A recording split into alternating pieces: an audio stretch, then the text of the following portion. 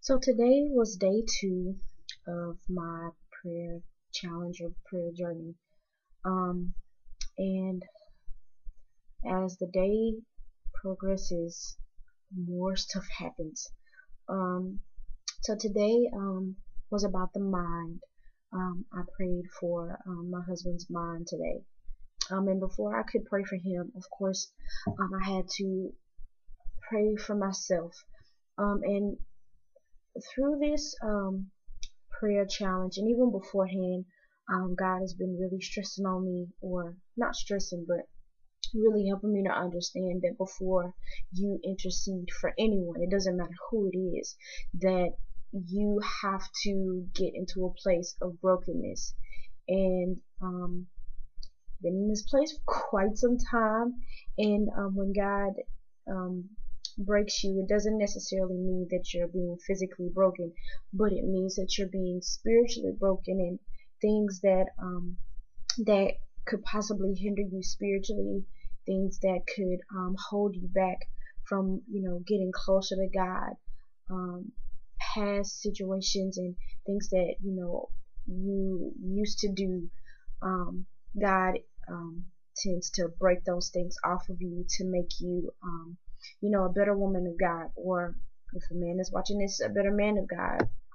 And so before I could pray for him, I had to spend some time praying for myself.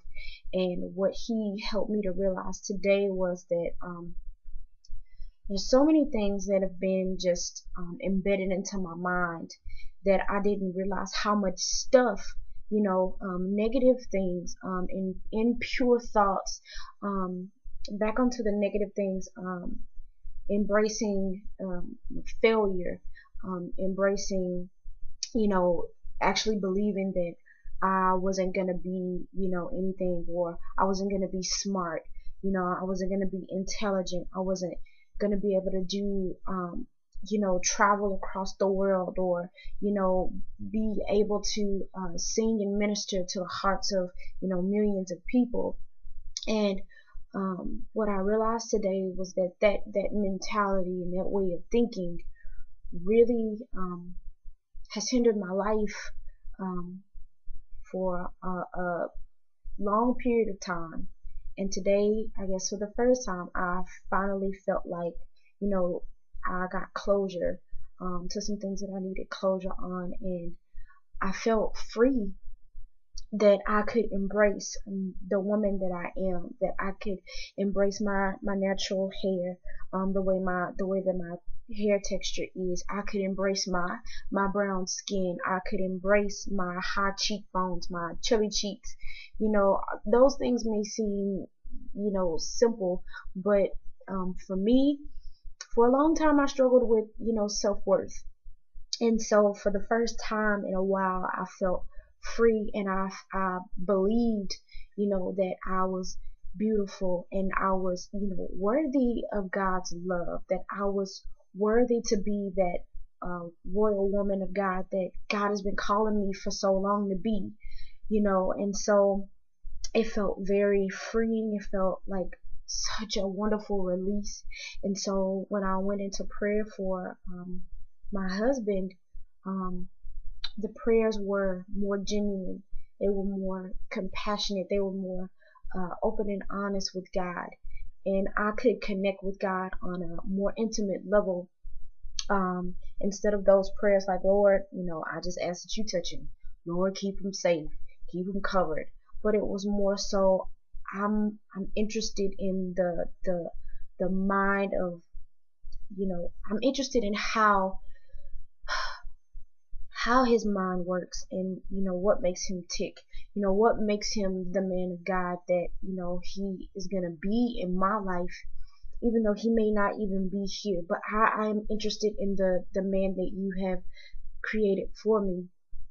And so there's a deeper level of compassion that I have, not only for him but for God, because God took my pain. He took the things that I have been harboring on in my mind and thinking about, and he, just like this, just released it. And so that was today, day two already.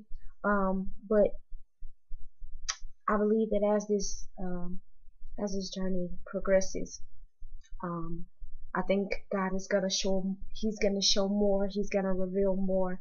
But I'm really excited about just getting closer to Him, and even in your own walk, in the times that you spend praying, in the times that you spend reading your word, or having that intimate time with God. I pray that you have a deeper level of intimacy with God. That is just not a habit. It's just not a routine or just like traditional, something that you do all the time, but something that is really near and dear to your heart. Like you desire to serve, the God that you're spending this intimate time with. And so I pray that you cherish those moments, because so many things, happen, and it can, warp our mind in the way that we think. And, we tend to lose sight, at times, of how good God is. And so I pray that you remember, those intimate times, and you remember, how good God is in this moment of your life, the good times that you've had with God and the seasons that you've had with Him, to hold on to those times even when it gets, rough on up in the seasons, or, when you reach a challenge that may seem impossible. I'm here to tell you, all things really are possible with God. So just hold on to that and stick with that, and you really won't go wrong. So God bless.